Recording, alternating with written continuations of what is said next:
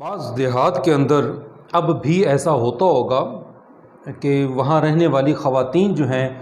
وہ صحن کے اندر اڑنے والے گرد و غبار کو روکنے کے لیے صحن کو، گھر کو گوبر سے لپائی کر دیتی ہیں، یا گوبر کے اندر مٹی وغیرہ ڈال کر، یا گوبر، مٹی اور ریت اس کو مکس کر کے صحن کی لپائی کر دیتی ہیں تاکہ گرد و غبار وغیرہ نہ اڑے۔ اب اس میں جو سوچنے والی بات ہے جو پوچھی گئی کہ نماز اس پر پڑھنا کیسا ہے، تو اس کے متعلق میں چند ایک باتیں آپ کو گزارش کر دیتا ہوں جن کو اگر آپ توجہ سے سنیں گے تو اس معاملے کو اچھی طرح سمجھ سکتے ہیں۔ سب سے پہلے تو گوبر کے پاک یا ناپاک ہونے کے متعلق ہمیں سمجھنا چاہیں، پھر اس کے بعد کیا کوئی ایسی صورت ہے کہ گوبر پاک بھی ہو سکتا ہے؟ ایسے صحن کے اندر پھر نماز کیسے پڑھی جائے گی جس کی لپائی گوبر یا مٹی یا گوبر وغیرہ مکس کر کے اگر کی گئی ہے، تو اس مکسنگ کے اندر پھر مقدار دیکھی جائے گی کس چیز کی زیادہ ہے۔ تو اس میں سب سے پہلی بات تو یہ سمجھ لیجئے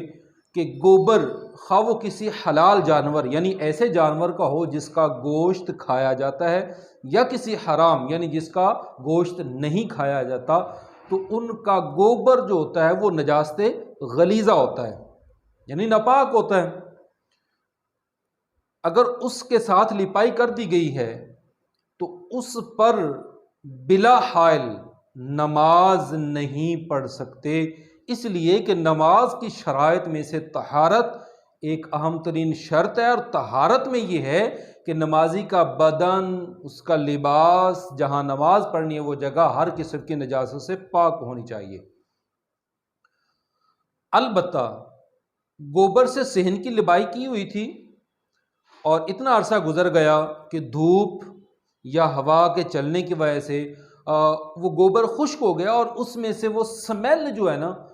جو نجاست کی ہوتی ہے وہ نہیں آ رہی، اور اس کا رنگ صحن پر سے ختم ہو گیا ہے، تو اس پر نماز پڑھ سکتے ہیں، وگرنہ اس کے اوپر کوئی جائے نماز یا کوئی اتنا موٹا کپڑا بچھا لیں کہ جس میں سے اس کی سمیل اوپر نماز پڑھنے والے کو نہ آئے، تو ایسی صورت میں وہاں پر نماز پڑھی جا سکتی ہے۔